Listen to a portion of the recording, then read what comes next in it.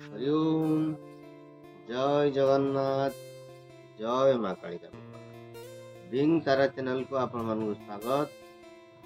आज एकादशी आज होची एकादशी भी आपण कहि परिबे बा हरितोषर व्रत भी कहि परिबे। ये बहुत पवित्र दिन, व्रत भितर श्रेष्ठ व्रत एकादशी व्रत। आज आसतु एकादशी रे किसी आपको स्पेशल बहुत खास जिनस देखा जोटा कि प्रभुंर गोटे प्रिय जिनस आसतु देखा मो ब्लॉग सहित जोड़ी रुहतु। चलो देखु आमर रुद्राक्ष गछ फल आसला यार गोटे सर्ट वीडियो पड़ता फल गुड़ा बड़ बड़ हबार लगी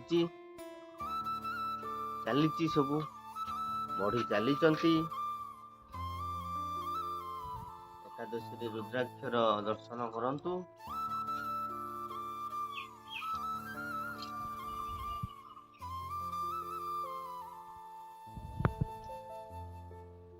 देखु ये गछ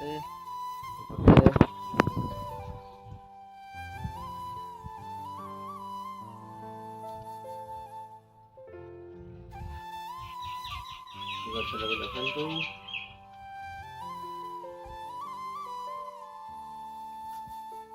हर पार्वती सामने माँ सामने गछटी होईची। तेणु एटा प्रथम थर आम घरे रुद्राक्ष फलुची। आई गछ आमर नना भी जड़े लगे सी कहते मरीगला बोली। आम घर पछपटे भी जड़े लगे सी भी कहले गछटी मरीगला बोली। कि ठाकुर कृपारू आम गछरे आम जगार गछटी अच्छी एवं यही वर्ष प्रथम थर फलटे देती।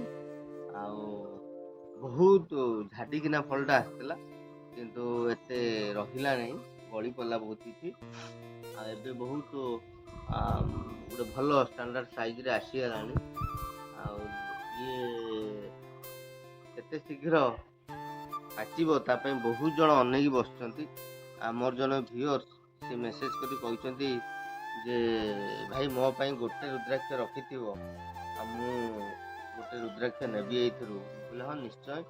आपण माने भी जनइबे आपण रुद्राक्ष एटा ओरिजिनल रुद्राक्ष गछ जदि आपण माने दरकार ताले मते कहिबे मु भी आपण मान पई गोटे गोटे रखिबी मो सहित जोड़ी रही थांतु।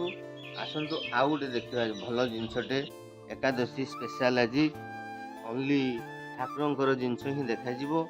एकादशी रे जेमती प्रभुंक सहित पाखरे सबले माने आज हरिवासर कथा सबले हरिंकर कीर्तन नाम जप ताकर कथा सेमती हरिंकर गोटे प्रिय जिनस जे कि आमे ब्रह्म कमल कहू जोटा कि आपण माने जानथिबे जो राति रे फुटे राति रे लागे प्रभुंक पाखरे सेटा गोटे बहुत सुंदर जिनसटे देखा भी बहुत सुंदर लगे। देखु हरि को पाखरे अच्छी आमर सुधामूर्ति ये गोटे बहुत सुंदर कलाकृति कराई।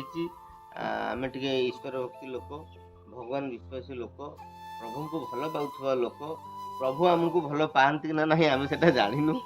प्रभु जहाँ को भल पाती तो बहुत कष्ट दियंती कष्ट अच्छु तेणु भावुँ प्राय प्रभु भल पाउछ बोली। आसतु देखिए देखु गोटे कड़टी आसी गोटे आसी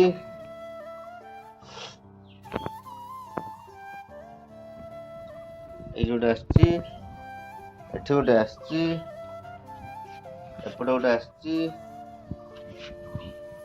गोटे आसी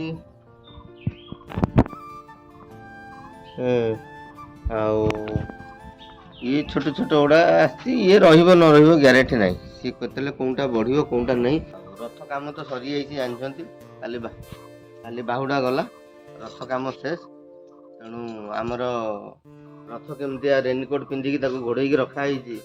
ଆମ ପୁତୁରା କେମିତି ତାକୁ ରେନିକୋଟ୍ ପିନ୍ଧିକି ଘୋଡ଼େଇକି ସବୁ ରଖିଦେଇଛି। କେବେ ନେବ ତାର କିଛି ପତା କଥା ନାହିଁ। ବର୍ତ୍ତମାନ ସେ ରଥ ପାଇଁ ଫ୍ରି ହେଇକି ବୁଲୁଛି। ସନାତନ ଧର୍ମରେ ଏକାଦଶୀର ମହତ୍ଵ ବହୁତ ବେଶୀ। ଏକାଦଶୀ ହେଉଛନ୍ତି ସ୍ୱୟଂ ହରିହର ନାରାୟଣ, ଯିଏକି ମହାବିଷ୍ଣୁ। ଆଉ ଏକାଦଶୀ ଦିନ ଅନ୍ନ ନିଷେଧ ଥାଏ, କାହିଁକିନା ସେଦିନ ଅନ୍ନରେ ପାପର ବାସ ଥାଏ। ଏ ଯେଉଁ ଏକାଦଶୀରେ ଅନ୍ନ ଗ୍ରହଣ କରନ୍ତି ନାହିଁ। ଏକାଦଶୀ ଦିନ ଆକ୍ଚୁଆଲି ନିର୍ଜଳା କରିବା କଥା। ନିର୍ଜଳା ସମସ୍ତେ କରିପାରନ୍ତି ନାହିଁ, ତ ଫଳ ଆହାର, କ୍ଷୀର, ପାଣି ପିଇ କରିବା କଥା। ବାକି କିଏ କ'ଣ କେମିତି କରୁଛନ୍ତି, କିଏ କ'ଣ କେମିତି ଭାବରେ କରନ୍ତି ସବୁ। ଆଉ ତାର ନିୟମ ହେଉଛି ଏଇସବୁ ଜିନିଷ। ଏକାଦଶୀ କଲେ ଆପଣଙ୍କର ମୁକ୍ତି ମିଳେ। ଏକାଦଶୀ କଲେ ଗୋଟେ ଲୋକ ମୃତ୍ୟୁ ପରେ ଆମର ଶାସ୍ତ୍ର ମାନ୍ୟତା ହିସାବରେ ବୈକୁଣ୍ଠରେ ଯାଇ ବାସ କରେ। ଆଉ ଏକାଦଶୀରେ ସବୁ ପାପର କ୍ଷୟ ହୁଏ। ଆଉ ତେଣୁ ଏକାଦଶୀଟି ହେଉଛି ଆମର ସବୁଠୁ ବଡ଼ ବ୍ରତ ହିସାବରେ ଆମେ ପରିଗଣିତ କରୁ। ଆଉ ଏକାଦଶୀ ଉପରେ ମୁଁ ଗୋଟେ ସମ୍ପୂର୍ଣ୍ଣ ଭିଡ଼ିଓ ପରବର୍ତ୍ତୀ ସମୟରେ ଆଣିବି, ଯେଉଁଟାକି ମାନେ ତାର ଟୋଟାଲ ଏକାଦଶୀର କେମିତି ସୃଷ୍ଟି ହେଲେ, ଏକାଦଶୀର ମାହାତ୍ମ୍ୟ, ଏକାଦଶୀରେ କ'ଣ କେମିତି ପାଳନ ନିୟମ ବିଧି ସବୁ, ଆଉ ୟା ଉପରେ ମୁଁ ଗୋଟେ ସମ୍ପୂର୍ଣ୍ଣ ଭିଡ଼ିଓଟେ ଆଣିବି। ଏକାଦଶୀ ଦିନ ଚେଷ୍ଟା କରିବେ କିଛି କରନ୍ତୁ ନ କରନ୍ତୁ ଅନ୍ନଟେ ଖାଇବେ ନାହିଁ, ଏବଂ ଠାକୁରଙ୍କ ନାମ, ଭଗବାନଙ୍କ ନାମ, ରାମକୃଷ୍ଣ ହରି ମାଧବ ଗୋପାଳ ଯାହାଙ୍କୁ ବି ଆପଣ ପ୍ରିୟ ତାଙ୍କ ନାମ ନେବେ। ଏକାଦଶୀରେ ଆପଣଙ୍କର ଯେତେ ନାମ ନେବେ ସେତେ ଠାକୁରଙ୍କ ପାଖରେ ରହିଲା ଭଳିଆ ଆପଣଙ୍କୁ ଲାଗିବ। ଆଜି ହେଉଛି ହରିଶୟନ ଏକାଦଶୀ, କିମ୍ବା ଆକୁ କୁହାଯାଏ ଦେବଶୟନ ଏକାଦଶୀ। ଆଜିଠୁ ପ୍ରଭୁ ନାରାୟଣ ମହାବିଷ୍ଣୁ କ୍ଷୀରସାଗରରେ ଯୋଗ ନିଦ୍ରାରେ ଶୋଇପଡ଼ିବେ 4 ମାସ ପାଇଁ। ଆଜିଠୁ ଚତୁର୍ମାସ ଷ୍ଟାର୍ଟ ହେବ। ଆଉ ଯେଉଁଟାକି ଆପଣ ଗୋଟେ ପୁଣ୍ୟ, ମାନେ ଯେକୌଣସି ଶୁଭ କାର୍ଯ୍ୟ, ପୁଣ୍ୟ ଯେଉଁ ପୁଣ୍ୟ କର୍ମ ଗୁଡ଼ା ପ୍ରାୟ ବନ୍ଦ ହେଇଯିବ।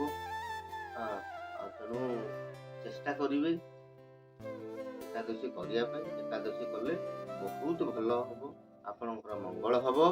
ନେକ୍ସଟ ବ୍ଲଗରେ ଗୋଟେ ନୂଆ ତଥ୍ୟ, ନୂଆ ଜିନିଷ, ନୂଆ କିଛି ରୋଚକ ତଥ୍ୟ ଆଣିବା।